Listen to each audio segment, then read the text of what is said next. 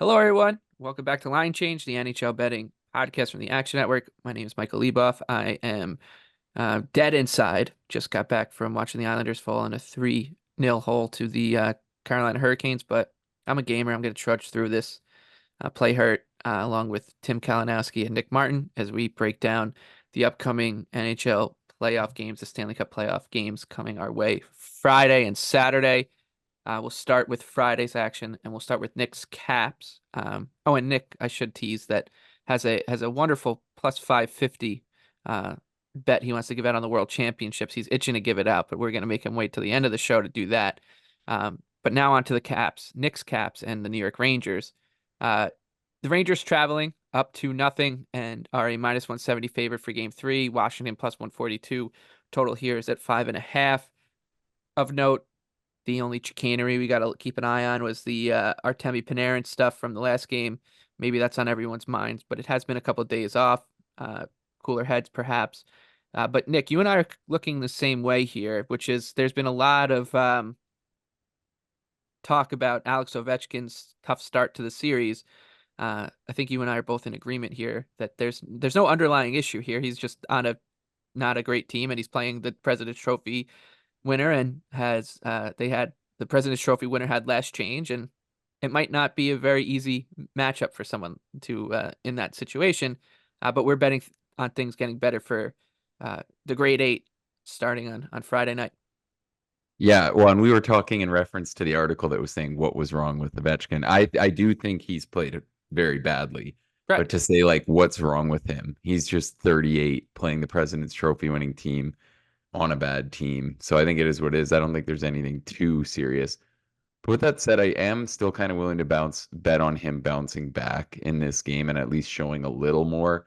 And I think that where his shot prop is trended to is now a good time to kind of buy into like a bit of a bounce back from Ovi, a bit of an engaged game, especially because I think that at times the Caps have actually moved the puck pretty well on the power play. And at times there's been better looks that they've kind of generated than Ovi because the Rangers have really focused on taking away Ovi. But I think if they keep moving the puck the way they have, eventually it's going to be there for Ovechkin on the power play, and I think we'll see him more engaged and able to get better looks. And like you said, they'll be able to get him slightly better matchups. I know Carberry has commented on how he wants to make it a point to try to get Ovi into better shooting areas too, which I don't know. I mean, that a bit of that is gesturing because I truly do think Ovi has been pretty damn bad. But this is at a point where this number is so far below even where it was at the end of the season. And it's not like these games have been completely locked shut, like very tight, low scoring games either. Like the Caps had some reasonable looks last game, so I don't think there should be like too much movement on the number just off the thought that the Caps are going to get nothing when the games really haven't gone that way. So I do think that that's my favorite angle in the game is betting Ovi to get 4 shots at plus 155. I wouldn't hate like sprinkling some ladders like 5, 6, 7, 2, 7's 9 to 1, 6 is 6 to 1. So I think those are pretty fun looks to see if maybe Ovechkin can get his game back and be a little more involved. Yeah, I mean, it's not looking. I would ask you guys this: the Rangers at minus 170 here. We saw a couple game threes just now. How much is Caps need to win, or like the public kind of like they'll get one at home baked into this, if at all? Do you guys think? Because that's always my first instinct. Like, I'm in a million group messages with people who had the Lightning tonight. They're like, well, that was their must-win game before they go down 0-3. What do you guys think? Yeah, we talked about this about the what was the game about the Lightning and Panthers game a little bit, right? It always gets baked in. We're going to talk about it with the game 3, the game 4s with the Islanders and Lightning again. Like just now that it's kind of flipped, it gets into like, oh, they're giving up tax. But I actually think this looks right, and I know you're leaning towards the Rangers here. I think this is a little tricky of a spot with the way that the Capitals will want to play, and it being a must-win game for them means it's going to be clamped down. So it feels like there's been a little bit more to this series than I think people will give the Caps credit for. Like the pushback was pretty good in game 2 as well. So I don't know. I'm happy to pass here. And like Nick, I'm just gonna be looking to bet some fun stuff on Alex Ovechkin. Maybe 2+ goals or something. Yeah, that's the way I see it. I mean, the reality is sides are going to be pretty sharp in the playoffs, and there's going to be some where you're just trying to reach on what you think is going to happen, which is perfectly fine. But to me, I thought this number, which says the Rangers are going to win 63% of the time, looks right. I think Yeah. that's like the Caps were just scrappy enough that I don't quite want to just lay that huge money, especially, I don't want to needlessly fade them ever. But I do think that it looks like just the right betting number. Like we saw the Caps kind of hang around just enough that it's like, is it that fun to lay -170 to get something here off the Rangers? Probably not. So yeah, I didn't really see much there. I thought the number looked right. Well, fair enough. I think Leboff, to take a page out of your book here with that Bruins puck line that you had been riding through the start of that series, I think that same thing applies to the Rangers. And if you're gonna bet them, I think puck line's the way to go. Just because the way Washington's gone this year, right? We've seen part of that goal differential is when they lose, they really lose, and it's really hard for them to play catch up in a game. So if the Rangers do go up, I think that your play there is the puck line. And that's probably my lean here. I think I'm interested in probably a half unit on the Rangers puck line here. I just it's real a lot has to go right for Washington. And then, with that said, you're going to get an early goalie pull and, hard for them to come back if it goes the Rangers way. So I lean the puck line on the Rags here. Yeah, it's funny. This is the series that's had the best ratings, obviously, with New York in it and the team that you'd think I'm most interested in talking about, but I really didn't have that much from a betting perspective. And I actually feel like this is one of the drier series right now. So we'll see if maybe that Panarin hit injects a little life, maybe the Caps. And I think it's just partly because it feels so hard for the Caps to get into the series. So I guess we'll see how this game 3 goes and if they can make it interesting. Yep. Spencer Carberry's probably a little bit of a better hockey coach than I am, but I would just be like, you guys have no opportunity. You have no chance to win the series unless you tick at least these 3 boxes. You need to get, great goaltending. You need to be the more physical team, and you need to just get this but also straddle the line of not turning them into a power play fest. So it's like you said, Tim, a lot has to go right for these Capitals. The second game on Friday night, we'll talk about the Vancouver Canucks and Nashville Predators. This one is in Nashville. It's essentially a pick'em, so is a series price. Total is 5.5 on Friday night. The big news here is that Thatcher Demko is still out. He did travel with the team, so perhaps towards the end of the series he could come back. There's some talk about that. But he's obviously not going to be in goal for game 3. It'll be Casey DeSmith again. And as fluky as that first goal was for DeSmith with our boy Anthony Beauvillier just kind of cruising in the slot and getting a piece of it while the let's go Casey chants were going, just beautiful Vancouver moment right there. The former Canuck scores while that's going on, just hilarious. But I think that the goaltending discrepancy now is wide enough that I think Nashville is fine in a game that's a pick 'em. And I would say the same thing about the series, though that's a little more dangerous because of the Demko, maybe he comes back. DeSmith was really good for Vancouver in the start of the year, and he just kind of came undone. And it graded out to be like just a bang average goalie. And I know Saros didn't have his typical like all world numbers, but he's obviously looked dialed in on in game 2. I know the Preds were shelled a bit, but they did such a good job blocking shots and keeping their structure. And I think that they'll be better. Like they'll get better as the series goes on. They were a great offensive team. If you look at the shot and chance generation numbers over the last 25 games of the regular season, like 2 or 3 teams were better than Carolina, depending on than Nashville, depending on the model you looked at. And it was like Carolina, Edmonton, and Colorado. So this is a team that will test DeSmith, and I just don't think he's going to be able to keep them in these games often enough to make this a team I want to a bet I would want to look away with, especially with Nashville at home here, Nick. Yeah, I was actually leaning with Vancouver on the strength of I really was impressed with the way they played the first 2 games. Enough so that I think that the number's right with the Smith in there. But rather than that, I liked JT Miller to go over 2.5 shots again. We played this last game, and I think it's a solid look here. He's put up just a ridiculous amount of shot attempts over the 2 games combined. I think he's at 18 combined. He's been really noticeable overall, which I don't think is really surprising. I feel like when he's on, he's such a gamer and he just stays involved in so many areas. And right now, it feels like he's one of the guys we can count on kind of carrying things. I do think it almost gets a hair better if Besser's out too, honestly, and not worse. I feel like that actually should improve his chances of shooting a little more.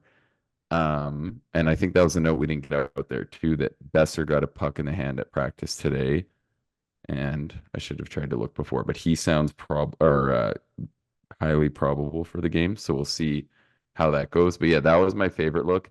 And then the other one that I'm interested in, you can bet Zucker under 1.5 shots at plus 145 at the time of recording. I think that's actually a pretty good number. He is on the power play unit and he's taken some cheesy shots there in the first couple games of the series. But other than that, I think he's looked fairly uninvolved. And he's like the Canucks have been really locking it down. Obviously, that's been shown with the shots against totals in the series. So I think targeting some unders makes some sense. I think Nashville gets a little life here at home. Maybe they'll have a couple more good pushes than we saw in the 2 games in Vancouver. But I've continued to think, like, down the stretch, and obviously with the way this series has gone so far, that what we're going to see out of Vancouver in the playoffs is just them playing really good structured defensive hockey and needing to win close games. And I know that's going to be a lot tougher with the Smith in, but I still think that they really did, show well defensively in the first 2 games and down the stretch. So I like that look. And it's also, I think they are going to have a chance. I think maybe not quite tomorrow, maybe see how it goes. But I think if they play decent tomorrow, could definitely end up on the Canucks in game 4 as well if we get the same number. Yeah, I'm a complete loser. The second the Demko news came out, I hit Nashville to win the series. Nashville or the over games 5.5. I felt kind of almost like when the books are still hanging those numbers, like 5, 10 minutes, 15 minutes after, it feels kind of square. Like isn't the whole world thinking like the needle moves with no Demko? But I certainly feel better about it. After game 2 there, and now for game 3 in a vacuum, I lean Vancouver here just because I think a lot has to be noted with the Demko thing.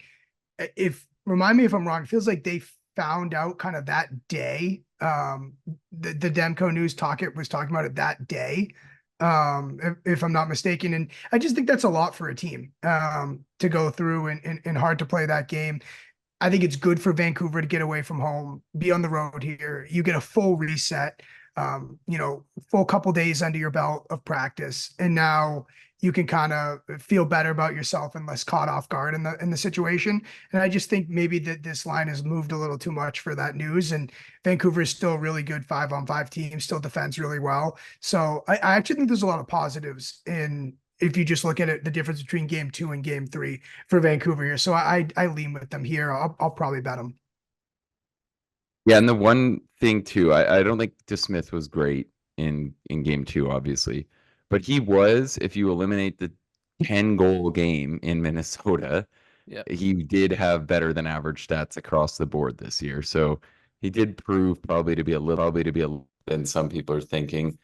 And yeah, if you eliminate the worst start for a lot of goalies, it helps their number, but no one's getting hung with 10-goal games very often. That's like a complete data ruiner. So all time soak, all time. Yeah. So you take that out, he looks pretty good. I think the Canucks do actually believe in him. You're going to say that no matter who's in net. You'd say that if Tim was in net, but I think they mean it because he was pretty good for them down the stretch this year. Louis Domingue, he almost did it. But we won't get into that. The Jets and Avs up next. Winnipeg and Colorado are 1-1 going back to Ball Arena. Winnipeg plus 145 for game 3. Avs minus 175. Total 6.5. I like the Jets here. I think that this number looks a little long, considering how just solid Winnipeg's been down the stretch, how solid they've been against Colorado. There was nothing that really kind of deterred me in game 2 from thinking that Winnipeg is going to at least, rumble this series deep into like the deep end of the pool. Plus, I expect Connor Hellebuyck to be better. Like, he just hasn't been good the first 2 games, and I'm happy to bet on him at plus 145. against a Colorado team that like they just haven't gotten together quite yet. They've shown that a good second half of that game against the Jets. Georgiev was great, but can you bet on that sustaining itself? I don't know. All these things lead me to the underdog at plus 145 here, Tim. Yeah, I'm with you, Leboff, and props to you for. I said, God bless you for taking the Kings the other night, and you probably felt the way about that game, the way I feel about this, and that I feel like these teams have played pretty closely in for 2 games, right? And they go split in Winnipeg. I don't know how you can really justify this line. This is pretty much eventually what that line closed at when Winnipeg smoked Colorado at home on that Saturday, 7-0. And from what has gone on from that game till now, you tell me that Colorado like is getting more love. I just don't see how that's true, how that can be true. I think Hellebuyck is going to be better. And you just look at the fact that, again, I will still roll the dice with Georgiev and net. This series has been far closer than what this number says, and I'm pretty shocked that this is the number, honestly. So yeah, Leboff, I'm with you. I agree. I definitely wouldn't mind targeting or the strategy of the Jets getting a split in Colorado. So maybe, you know, a bet here, see how the game goes, and then maybe a full unit bet on the next game, I think could be a way to do it. Because this does look pretty long. I think that the Avalanche have obviously owned far more of the play altogether, and we heard a ton about that outside or after game one. But if you look at the Jets, what they've done, they're getting pretty quality chances. Like, I think that they've come in a little undervalued in some of the models. I think that they've done pretty well to get to the inside. They've done pretty well to get Georgiev moving, and they've had shots from pretty good locations. And it feels like a lot of them haven't been that pressured. So I kind of think that they're like what they've done offensively is getting a little underrated. I think that through 2 games, they've done, you know, pretty well to get some pretty quality looks. And you know, who knows how Georgiev will play. Maybe he just follows up that second game at home here, but I think you can live with plus 145 with how the games have gone. Obviously, the Avs have had one of the biggest home ice advantages in the league this season, but I still think that's pretty accounted for. This feels like a pretty huge movement from game 2 to game 3, and we'll see how it looks from game 3 to game 4. But yeah, I don't mind a small play on the Jets here either. Okay. That brings us to Saturday, which is no, excuse me, Friday. One more Friday night, which is Oilers and Kings. 1-1 back to LA. Edmonton is minus 130 on the road here. Kings plus 110. The total is 6.5. I think this looks a little cheap on the Oilers, actually. They've been really good in the first 2 games, I think, overall, outside of the goaltending, perhaps, and just a couple of defensive miscues, whatever. But overall, I've liked the game, and I don't think that this price is unappetizing at all. So I'm gonna go with the Oilers here, Nick. Yeah, I agree. I think that minus 130 also in this one looks like a pretty big adjustment with it feels like that's tapping in a lot to what we thought about the Kings. And that's, you know, like we said, I think the Kings are kind of showing their teeth like we thought they would. Some of their players are stepping up. And I bet with that said, it feels like minus 130 is a pretty big adjustment. I wouldn't mind kind of the same strategy here. I feel like the Oilers are going to get one of these two unless things take a drastic turn for the worse in game 3. And yeah, I like targeting them here. I feel like they still have so much more offensive upside. They've you know, been fine in LA the last 3 times when they've gone there. I think did they split the first 2 or did they drop the first 2 in the one series? Either way, I think it's one of these things where now it's the time to buy on them now that you're getting this discount because they're Yep. on the road when and then their series haven't really had that be a factor. I know they closed it out there last year.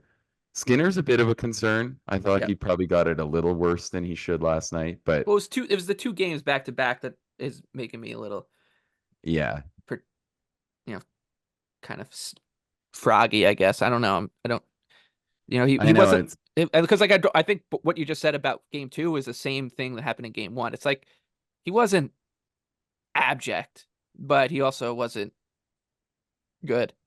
yeah, and that's what the Kings are getting. I mean, Right. in game one, the Kings, I don't know, you could have had anyone in net and those Yeah, were getting right. tapped in, but I think Talbot was that, good. yeah, I feel like this is just a little too much of an adjustment to say now that the Oilers should only be minus 130. So yeah, I think it's a good time to buy on them. Yeah, Nick, you're right. Last year they did split to start in Edmonton. One Yeah, they had to come back, and I think they had to come back in game 2, whatever the one they won. Like they needed to surge back, I think. yeah, game one was in overtime. But anyways, it's funny. I think the way that you could kind of sum up game two was Talbot Talbot lets in 4 goals, and a lot of people are saying he kept them in the game, like that he was, outstanding, and kudos to him. But isn't that pretty telling when a team could score 4 goals and the goalie is still outstanding? To me, that's like we're part of like why we're getting this line cheap and like what maybe seems to be overlooked here. And full credit to LA, but that is about as stealing a game as you can have. I think that gets lost when the game is high scoring, that you're stealing a game completely, because usually it's because your goaltender, shut someone out 1-0. But the way that, that overtime, that just incredible bounce right on to Kopitar's stick, I still think the Oilers just have far more firepower. They're getting some good depth here with the kid that they called up from the AHL that everyone loves, Nick. What's his name? What do you mean, Brent Clark? No, his name's not Holmberg. What's his name? The AHL kid from Edmonton. Oh, Holloway. Holloway. Holloway, Yeah. yeah, he's been Oh, outstanding. yeah. Their depth has been great, and no, I Oh, think yeah. And I mean, that was a pretty savable shot. I saw Oilers fans complaining about Kempe's shot.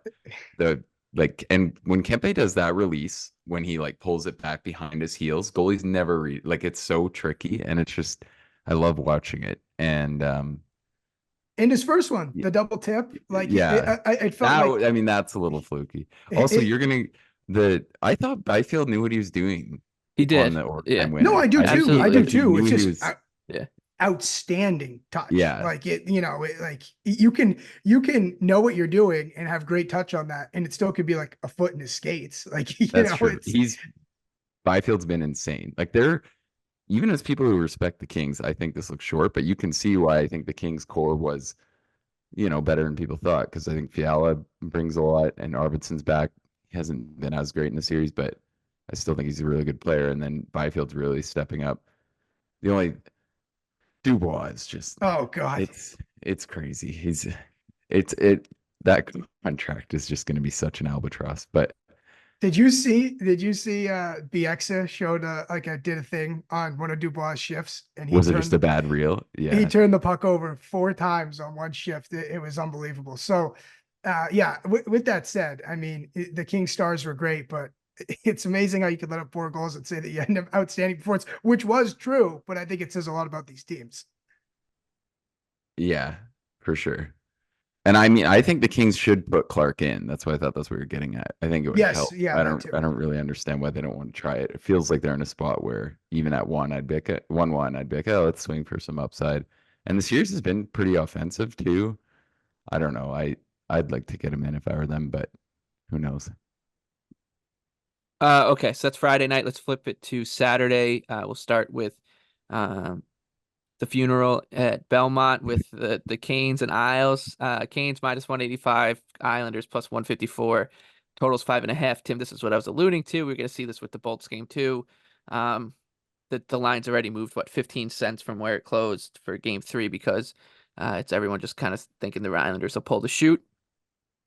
I'm not going to bet the Islanders because I don't want to, but I do think that, if you're just looking at it as a pure numbers play, you look at that and say, well, if the line's just moving off of that and the Islanders, the worst part of all this is the Islanders played a really good game 1 and they played a really good game 3 and they lost both of them. So, What about yeah. game 2? Well, yeah, game 2, which is crazy. They were the only one where they had a multi-goal lead. The only one where they had a lead was terrible, which is great. Yeah, anyways, I'm gonna pass here. So, what do you got, Tim? I have a slight lean on the over 5.5. I just feel like part of my handicap for the Canes in game 3 was just that I don't know how you get over that emotionally after the game 2 collapse, and put on top of that you did outplay them game 1 in Carolina for large portions of that game.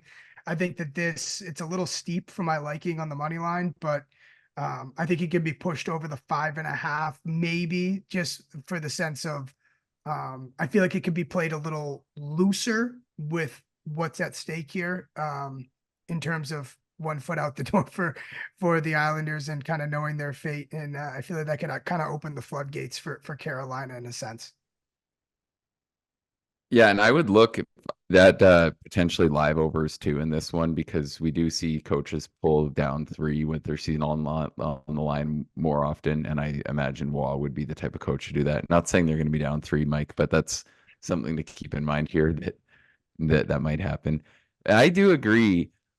I think, and we'll get to it, that I still like the Panthers, and to me, that adjustment, you could say it's a given up tax. To me, it's just another game of we've seen the team that I thought was the better team be the better team, and we'll talk more about that in a second. But that's kind of the same argument as why I think maybe, what is this at right now? Minus 185 for the Canes looks a touch long. I feel like that's, I don't know, maybe it is really hard to see Islanders winning it, but it feels like a really big price to lay with how the last game went. So it's kind of a weird spot to bet on at 3-0, but I don't really have interest in laying that minus 185. I don't mind the over, Tim. Those have been getting there. And yeah, I think that live over could be something to keep your eye on as well.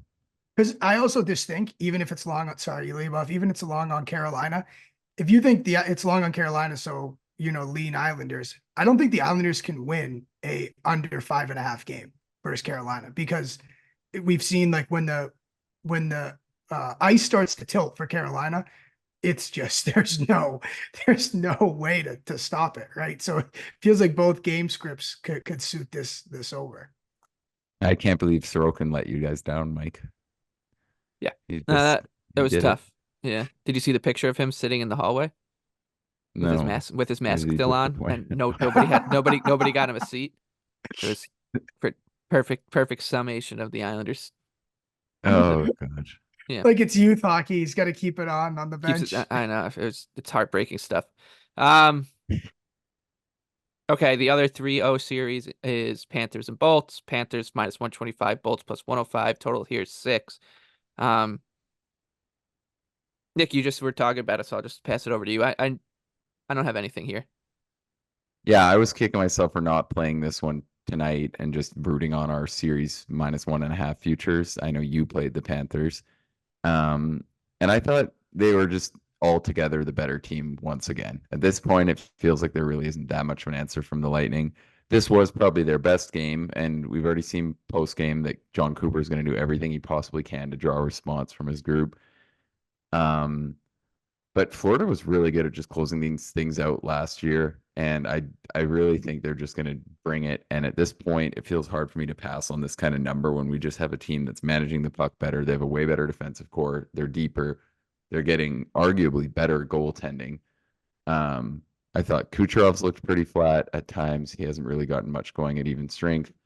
So for me, I don't think this is quite enough of an adjustment. I think we've just seen the better team win the first 3 games of the series. And to me, it feels like at the time of recording, they're actually still minus 120 on Bet365 too. So I think that's a really solid number to lock in on the Panthers here. It just, to me, it feels like at this point, we're really just the same kind of thing I've thought all year. It feels like the Lightning's reputation's just holding up. I thought they were holding up too much credit because of their reputation entering the series.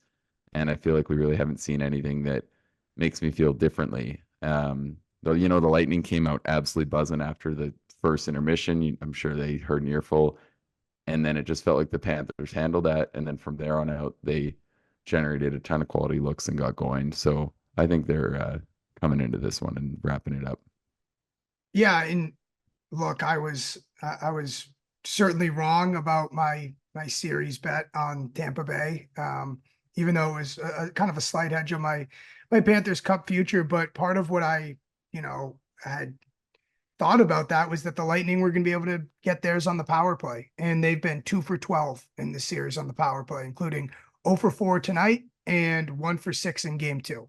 So maybe kind of looking back, the math should have been all a team has to do is key on stopping their power play, and they're going to get plenty of looks at it in scout and video when they're playing a team over and over again. And that's pretty much, where you should start and end with trying to beat this Lightning team. So full credit to the Panthers for doing that. Yeah, I don't really know if I'm going to play this game. Probably just going to sit out and watch, but the power play thing to me is really what is summing it up for Tampa. You also, 10 opportunities in the last 2 games. You had your chance. You really did. If you're Tampa Bay. Oh, they had some huge opportunities tonight, and I'm not sure if the power plays needed to start out 4-0 or not. Like, in terms, like there's probably a few you could have found the other way in there, but I think that's a good a point about why the playoffs are kind of hard to handicap, because you're trying to evaluate specifically how a certain power play is going to line up against a certain penalty kill, and it comes down to more than just where they ranked. And then the other thing, obviously, the Panthers were really good on both special teams, but sometimes it's hard to figure out when the Bruins power play wasn't ripping coming in, and right now it looks like the reason they could get by Toronto. So those things definitely aren't easy to handicap, and it's one of the reasons I think the first round is obviously just it's so volatile. And the Leafs have had 3 months to work on their kill, right? Yeah, that's true. You think at least know what Boston's going to do to you. Well, Boston switched it up. That's true. Yeah, it's not been the main guys scoring on the power play. It's just Jake DeBrusk. All right, let's talk about Bruins and Leafs. Basically, pick them. Basically the same price that we saw for Game 3. Bruins -105, Leafs -115. Total here is 6. I have 2 strategies here that I like. One is the overtime bet if it's Swayman. The other one, though, I think if the Bruins announce Ullmark, I feel like we could see this line move and the Bruins become go into like plus money. And I wouldn't, if I'm like a Bruins backer, I'd rather Swayman play. But it's not like there's been you look at the splits this season, it's been the same. And I know that Swayman's got great numbers against the Leafs and he's been awesome in the series, but we're not talking about going from Jeremy Swayman to David Riddick, right? We're talking about him going to the Vezina winner last year. Come on now. Yeah. It's just all due respect to Big Save Dave, but yeah, I was gonna say he's catching strays here. He had a good year. Yeah. Bruins Marty Turco. I'm just for Islander legend Jan Denis isn't walking through those doors, right? Like this is gonna be another good goalie. So I actually think that going the other way, if there's an overreaction there, is something to keep in mind. Like if you get in the Bruins at like a 10-cent move because Linus Ullmark is playing instead of Swayman, that's banana land. But I'll echo our sentiments from our last show where we talked about like these series have been really tight. I think a couple of these games could have already gone to overtime. That's pretty obvious to say, like games 2 and 3. So I think that backing it here isn't a bad idea on Hockey Night in Canada. So yeah, those are my thoughts on it. We'll see how it lands, Nick. Yeah, I mean, I'm not going to disagree with that at all. I said we should bet it last game, and it was at one point there with 8 minutes left. It was on the table, and it was there all night. I thought, so I definitely don't disagree with that. I think a lot of us, if anyone tailed the series split with me, there's probably hopefully some of you did, and we're now rooting for the Leafs at -115, which is a pretty good scenario when it was +150. And I feel pretty good about it. I lean with Toronto. I thought that they were it's one of those things, I don't really want to bet it, but I thought they did a ton of things right in the last game. And that's also probably the case why these prices just continue to, it's hard to say there's a lot of betting value, because I think ultimately the difference, Samsonov was not bad, but that Frederick shot just simply never goes in the net at the other end. That just doesn't ever go by Jeremy Swayman right now. So that's kind of a case for and against Boston, but I think the Leafs have held their own. I think these prices are kind of sharp, as so ties into the overtime thing with you. We'll see what's happening with Nylander too. That's the other thing that could, if he can go, that would obviously help the Leafs a little bit. They've hung in pretty respectably without him, so that'll be an interesting factor to watch. I think this series has been really good too, so I just hope it'd be a great one for us to get that Game 7 bet on too, because the rest of the East ones look potentially terrible. So it'd be nice to have a one good notable one to watch. Yeah. Nick, did you hear the stat on that Samsonov goal? Was that there's been that exact scenario in the league this regular season 700 times, like a one Oh, on like two or that whatever, type of like shot from that there. type of shot, and it's gone in 3 times. So just to show what the percentages are there. I I I'm also in the same boat as you with the sort of the tie thing. The over 5.5 games. So, I would like to see to lock that up with the Leafs win, but I leaned with the Leafs in game 2 because I said you have to throw out just the fact that the Bruins won by margin in game 1. The series was still super even.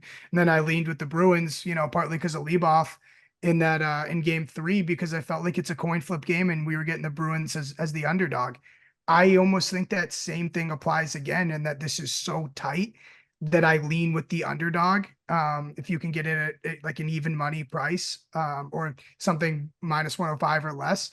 And then, on top of that, it's just been so damn tight. I think we nitpick, especially with these two giant markets, what went right, what went wrong. Part of it was the Leafs I think it was 0 for 5 on the power play. So talking about power plays, I think that if they get Nylander back, that certainly should help that number, which will give them a freebie goal or a freebie opportunity. And yeah, so all that to say, Nick, I think your overtime look is a really good one. It's just, this series is so damn tight. Yeah, and the Allmark Swayman thing's crazy because we talked about it, Tim, how there's a lot of sides to both parts of the argument, and since Allmark lost, it sort of looked wrong, but I don't really think it was. I think they might have lost that one either way. He kind of just got stuck with a game where the Leafs played good, although he obviously was a huge part of the story in game 3. So we'll see what they do. It feels like no matter what, it's going to be a bit of a circus on that front. But I agree that there shouldn't be that much market overreaction. Like Yeah. Swayman was incrementally better this year, and he was worse last year. And then Allmark had the bad playoff last year, which I guess at this point, honestly, I would just play Swayman. I don't think he's overused. It's been working. You've given Allmark a start, so he's not just gonna feel like he's dumping in there kind of blind if he has to get in. But Yeah. I agree that that shouldn't necessarily be something that moves the market a lot if they do decide to go that way. Okay, let's wrap it up with Stars and Knights before we get to the big crescendo with the World Championship future that's going to throw at us at the very end of the show. Dallas 0-2 down, both losses at home. Now goes to Vegas, to the Fortress, as a minus 102 underdog. Vegas minus 118. Total here's 5.5. I'll get this party started. I think you should bet the Dallas Stars to win the Stanley Cup at 25-1. Like, the Dallas Stars were the favorite to win the Western Conference for a reason before the series started. Now they're playing a really, really good team. Perhaps the best number 8 seed on paper we've ever seen. And I know that we've seen number 8 teams or 8 seeds win Stanley Cups, but when we're talking about like just pure roster talent and ceiling, it's, I think, fair to say that this is the best 8 seed at least in the salary cap era, just slightly ahead of the Mike Sillinger New York Islanders, Ryan Smith, our boy, Captain Canada 2007. But so going down to losing 2 games to Vegas at home isn't like a death sentence for any team, especially one that was considered the the Western Conference favorite going into the playoffs. The Stars are deep, and if they can win this series, like if they even up this series at some point, whether it be 2-2 or 3-3 or whatever, they're going to shoot right back up the board. So you're getting 25-1 on a team that was never that high in the season. So I think it's absolutely a party to get in on Dallas here at 25-1. We said before the series there'd be a chance to bet them, likely to buy low on them in the Stanley Cup market because of the potential of falling behind against a really good Vegas team. Nick touched on it before last game, and now we get to do it at 25-1. I think it's an absolutely worth a look here, Nick. Yeah, I 100% agree. And obviously, a big part of that is they have to complete the comeback. That factors in the odds. But I still think the second they do that, the second they make it 2-2, it's going to move the number likely more than just betting those 2 games into your prices would have, because I think people like at this point, everyone I think concede that the Knights are just one of the absolute best teams going. Like this is just the last year's cup winner. Now they're firing on all cylinders, and they really were just kind of playing out the string, waiting to get into this. So I'm right with you. I think if the Stars pull off this comeback, they've beaten a team that's a true cup contender, and we do see teams ride that out. I think I posted the exact same angle to the Action app, like the year that Tampa Bay was it the year they went? No, it wasn't the year they won. It was the year they lost in the final to the Avs. So it was when they went down to 2-0 versus Toronto. It must have been, or was it when they went down 1? But whatever it was the exact same thing. And then the second they won that series, their price shortened up more than just the odds of winning that series indicated. And I think that could happen here because I really do still believe in the Stars. And I think they played well enough that we don't need to have necessarily big concerns. Ettinger hasn't stolen games. But I think overall their gameplay's been fine, and they don't really need to fine tune that many things to think that some of these games could go better.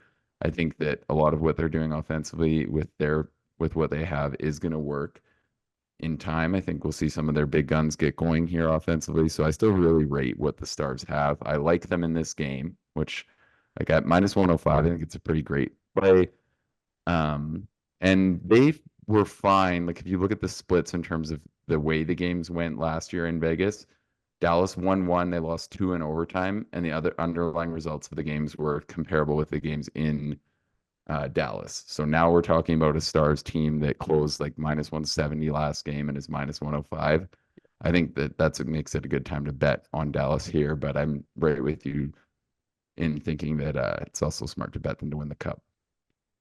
Yeah, Nick, by the way, that was the conference finals that year they lost to Colorado. They lost the first 2 games to the New York Rangers in New York. The Lightning did, by the way. That's what you were talking about, right? When the Lightning lost? Yes, but when I put it in, it was something to do with the first round, or maybe they No. went down 2 to Boston. I don't know. I didn't recall it as well as I would have hoped, but it was a very similar scenario, and they ended up obviously going to the cup final and losing to the Avs. And but I think that we could see something similar here, where if they get through this, they then become just a team to completely look out for. And I think that works, and I do buy into that narrative a little bit. Like you get through a test like this with a Vegas, and that does provide a big boost. And then well, maybe because it means you're in good form. Like we talked about this with like the tennis, like the quarter of death or whatever. Like if you get through it, you're gonna be in good. It means you're playing well, and you obviously will have confidence and all that. And you know you're Washington Capitals, man. Oh, we're down 0-2 to those juggernaut Blue Jackets. Get a post. Artemi Panarin hits a post, and next thing you know, you're waking up with a Stanley Cup ring. And sorry, Lebuff, to add to that, they're plus 350 to come back and win the series. I mean, I'd rather have 25 and 1 in my pocket. I'd rather have that. Like, I will say the way Vegas, like a lot has been made about obviously, the salary cap and their forwards and all this, but their defense, how difficult they make it to get into the zone, and then all the energy that you expend getting into the zone, how quickly they are to every first pass Vegas makes seems like it's on the tape and it's in stride. And granted, that's hard to do over and over again, but it felt like they did that near flawlessly in the first 2 games of that series. I need Ottinger to be better if I'm backing Dallas here. That's for one. You gotta outplay Thompson. It's another reason I like the cup look, right? Like, because if they beat Vegas, it means Ottinger's in good form too, right? Like this is why I'd much rather just go for it. I mean, that's how I bet anyways, but 100%. And so I'll throw my angle to this game and what I'm going to bet. I'm going to bet goal in the first 10 minutes. And last year, Vegas at home, goal first 10 minutes, 8-4. The price I see right now is -145. I would still shop around as some of these come out, but that's what I'm looking at right now. Vegas, there's this weird thing about that Vegas home ice, whether it's them scoring first or the fact that Dallas, especially right now, I don't think they can afford to come out of the first period saying to themselves, what a great road first period we played. They got to go. They got to go ASAP. And I think that could open the door for a goal in the first 10 minutes here. Okay. If you guys had to pick a favorite bet on the board for these 2 nights, what would it be? Tim, we could start with you. I'm sorry if I'm stealing it from someone, but I'm going to go Edmonton. I'm sorry. No, I'm going to go Winnipeg. I think it's too short. I like the Jets the most. Nick? Again, I'm sticking with the Stars. I like what they've shown. I still love the way that team's made. I think they're going to find a way to get it done and make it a series. Wonderful. All right. So before we go, Nick, you wanted to talk about the World Championships and a future you like. Oh yeah, we got to put this out there. So, coming from a Canadian, I think that the team that the US is sending, they're at plus 550 to win the tournament. It's the best price out there right now. I think that that is an excellent price. The team that they're sending and who they've already announced is very stacked for the World Championship. They're sending Boldy, Caulfield, Farabee, Goudreau, Pinto, Brady Tkachuk, Zegras up front, and then they've got Sanderson, Seth Jones, Alex Vlasic, Zach Werenski, Luke Hughes, and then right now Lyon's the goalie. I'm hoping maybe they get Lindgren from the Caps, unless the Caps pull this thing out. We'll see. Hey, still could. But I mean, like some of the comments when they announced this, I was reading them, people were saying that this looks underwhelming, and I really couldn't disagree more. I think there's a lot of those players that I think are probably just better than people think. Like Sanderson, Alex Vlasic was tremendous this year. I thought Zach Werenski was really good on a horrible team. Seth Jones was really solid. So I think that's kind of the theme for a lot of these guys as they come from bad teams that didn't really have anything to play for this year. And I mean, typically a lot of time those are the guys who want to go to this tournament. And I like that. Like I think they have a lot of these guys that have some game and who want to enjoy winning, like Brady Tkachuk and Johnny Gaudreau and all these guys that had really tough years. I think that's an excellent World Cup of Hockey team. I don't think this closes plus 550. It's a bit of a guessing game because you still have to try to figure out what some of the other top nations are going to have. Canada's going to have a good team, but they're also a huge favorite. And this tournament is pretty volatile too. You don't know what it's going to look like when you get, into the games. But with that said, I think that's enough talent that it's pretty unlikely that the US deserve to be that big of an underdog when you're talking about like 5 nations that really have a realistic chance and that they're arguably sending like one of the very best rosters. So yeah, I think that this is a pretty fun bet. You might have some time to lock it in. We'll see how long it takes to move. The tournament doesn't start until May 10th, so we're definitely jumping the gun a bit here.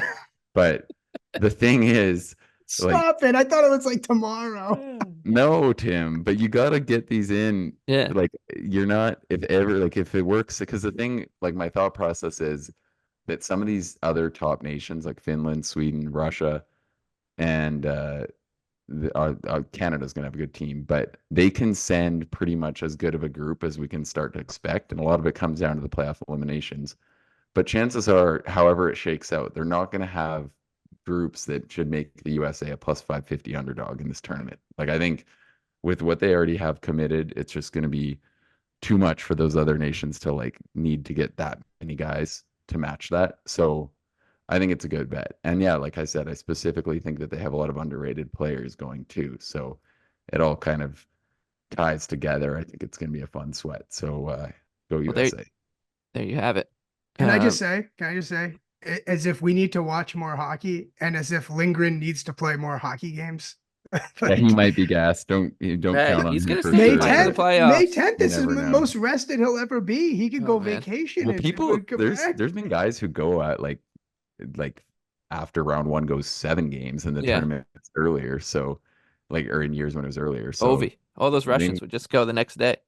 Yeah, it's amazing. It ain't going 7. It ain't All going right, 7. Yeah, let's we'll cut it there. Stop all it. right, that'll do it for us tonight. We'll be back again Sunday night, recording Sunday night for the Monday Tuesday slate. But until then, best of luck with all your bets.